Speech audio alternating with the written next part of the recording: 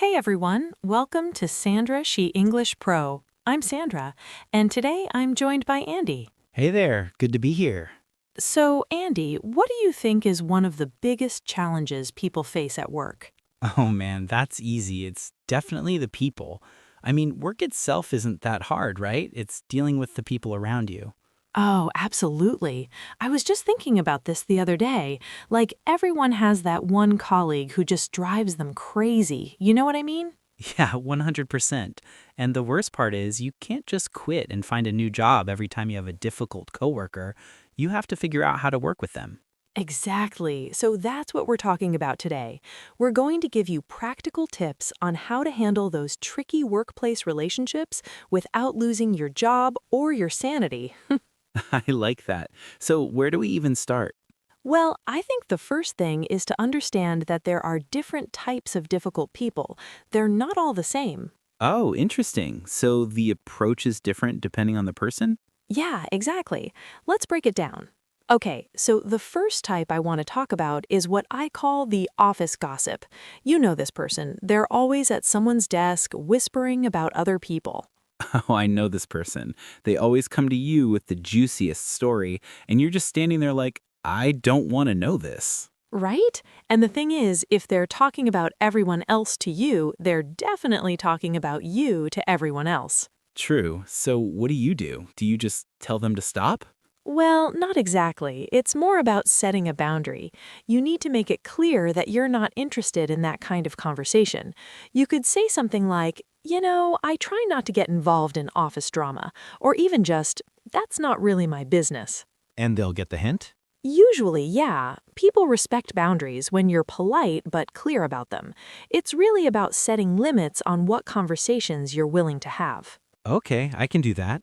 What's the next type? The micromanager. This is the person who wants to know everything you're doing, every detail, every minute of your day. Oh, God, that sounds exhausting. It can be, but here's the thing. Usually, a micromanager isn't trying to annoy you. They're actually really anxious about things going wrong. So, they're just paranoid? Kind of, yeah. They're worried about failure. So instead of fighting them, you actually give them more information, send them updates before they ask, show them your progress. Then they feel like things are under control and they back off naturally. Oh, so you're basically managing the manager. Exactly. That's exactly what it is. You're managing up. It's actually a really useful skill. Okay, I like that. What else? The third type is the negative Nancy, or I guess it could be a guy too. This is the person who complains about everything. Nothing is ever good enough. Every idea is a bad idea. Ugh, those people drain your energy so fast. They really do, and you can't fix them. Like, you can't make them positive. So what you do is you stop trying. When they complain, you listen briefly and then you redirect. You ask them, okay, so what can we do about it? You shift them from complaining to problem solving. So you're not telling them to stop being negative, but you're also not joining in with them. Right, you're just redirecting the conversation. And honestly, if someone is really draining, it's totally okay to limit how much time you spend with them. You don't have to be friends with everyone. That's fair. What about the last one? The underperformer. This is someone on your team who doesn't do their share of the work, and now you're picking up the slack. Oh, that's frustrating because it directly affects you. Yeah, and it's unfair. But here's what you do. You don't complain to your coworkers about it. You go to your manager. You document what's happening, and then you bring it to them professionally. What do you say to your manager? You stay factual. You don't say, this person is lazy. Instead, you say, I've noticed the deadline for the Smith project is being missed consistently. This is affecting our timeline, and I wanted to flag it. You're reporting the problem, not attacking the person. Okay, that makes sense. So we've got the gossip, the micromanager, the negative person, and the underperformer. Are there more? Oh, there are tons, but these are probably the most common ones people deal with. Now let's talk about the actual strategies you can use with anyone. Okay, lay them on me. What's my first move? Have a direct conversation. I know that sounds scary, but most people avoid difficult conversations, and that makes everything worse. How do you even start that conversation without making it awkward? First, you pick the right time and place, not in front of other people, not when either of you is angry. You find a private moment. Then you speak from your own experience. This is key. Use I statements instead of you statements. What's the difference? So instead of saying, you never listen to me in meetings, you say, I feel frustrated when I'm not heard in meetings. One is accusatory, the other is just expressing how you feel. Oh, yeah, I can see how that would go over better. Exactly. When you use I statements, people are less defensive. They're more likely to actually listen to you. Okay, that's strategy 1. What's number 2? Pick your battles. Not everything deserves your energy and attention. Your coworker ate your lunch from the office fridge? Annoying, yes. Worth starting a big conflict? Probably not. So I should just ignore things? Not ignore exactly, more like decide what matters and what doesn't. Ask yourself, does this really affect my work or my well-being? If the answer is no, let it go. Stay professional and don't react to every little thing. Because if you react to everything, you look difficult too. Bingo, you come across as hard to work with, and you exhaust yourself. Better to focus on the things that actually matter. That's smart. What's strategy 3? Don't take it personally. This is hard, but when someone is difficult, it's usually not about you, it's about them, their stress, their insecurities, their own problems. So if someone's rude to me, that's on them? Yeah, I mean, you can feel hurt or upset about it, but remember that their behavior doesn't define you. You know your own worth. Someone else's bad day doesn't change that. That's a healthy way to look at it. Right? It really helps you not take things so hard. Strategy 4, find common ground. Here's something interesting. Difficult people are often difficult because they don't feel heard or valued. So if you connect with them, they become less difficult? Not less difficult, but maybe a bit more human, you know? Like maybe you don't get along with this person, but you both like hiking, or you both have dogs.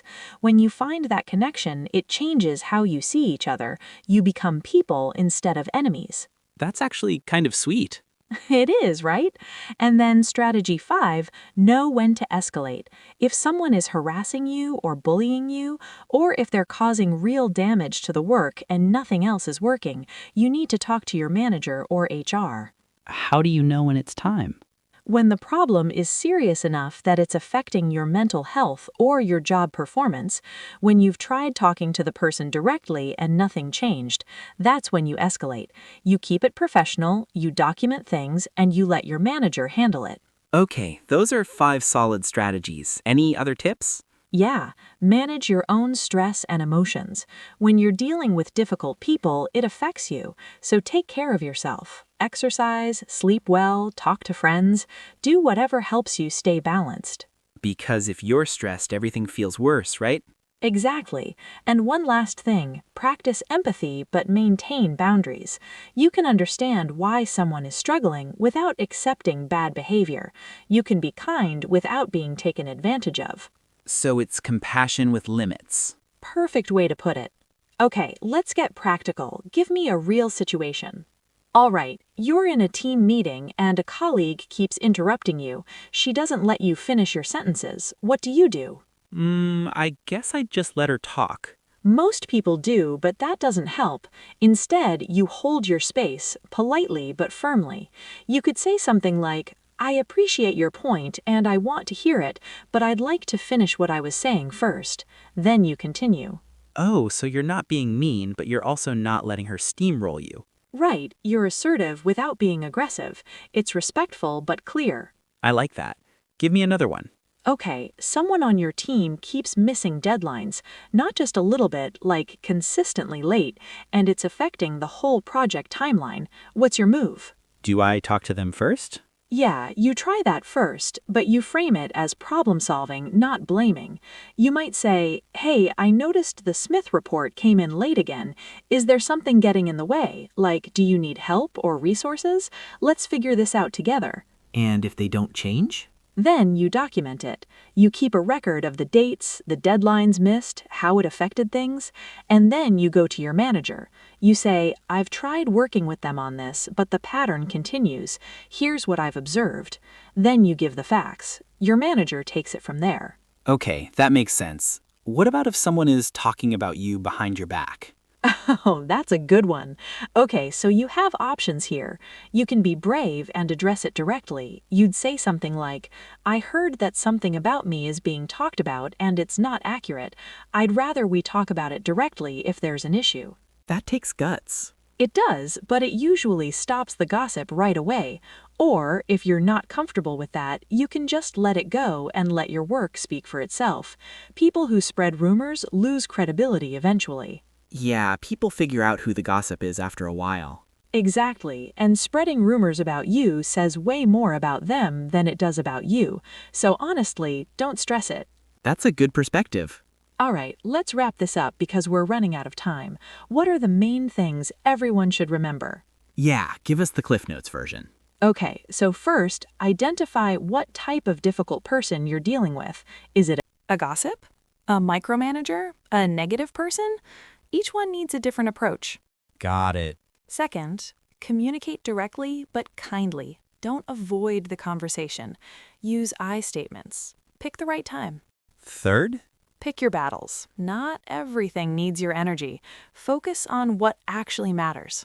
Fourth. Don't take it personally. Remember that their behavior is about them, not you. And fifth? Protect your own well-being. Set boundaries, manage your stress, and know when to bring in your manager. Those are solid. Any final words? Just this. You can't control other people's behavior. You can only control how you respond to it. So focus on being professional, being kind, and doing your job well. Set your boundaries and stick to them. And you're not responsible for fixing them. No, not at all. If someone is difficult, that's their thing to work on. You're just trying to protect yourself and do your job. I think everyone needed to hear that. Right? And here's the thing. Dealing with difficult people is it's a skill. The more you do it, the better you get at it. So don't feel bad if you're struggling. It's normal.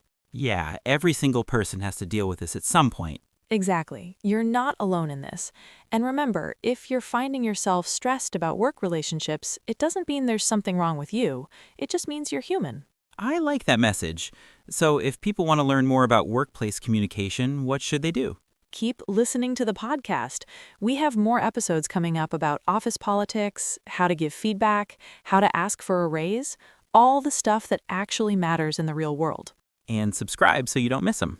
Yes, and let us know in the comments, what's the trickiest type of coworker you've had to deal with? We'd love to hear your stories. And remember, speaking English well isn't just about grammar and vocabulary, it's about being able to communicate clearly and confidently in real situations. So practice these conversations. Use them at work. That's how you really improve. So true. Thanks for hanging out with us today, Andy. Thanks for having me, Sandra. This was fun. All right, everyone. We'll see you in the next episode. Bye. Bye, everyone.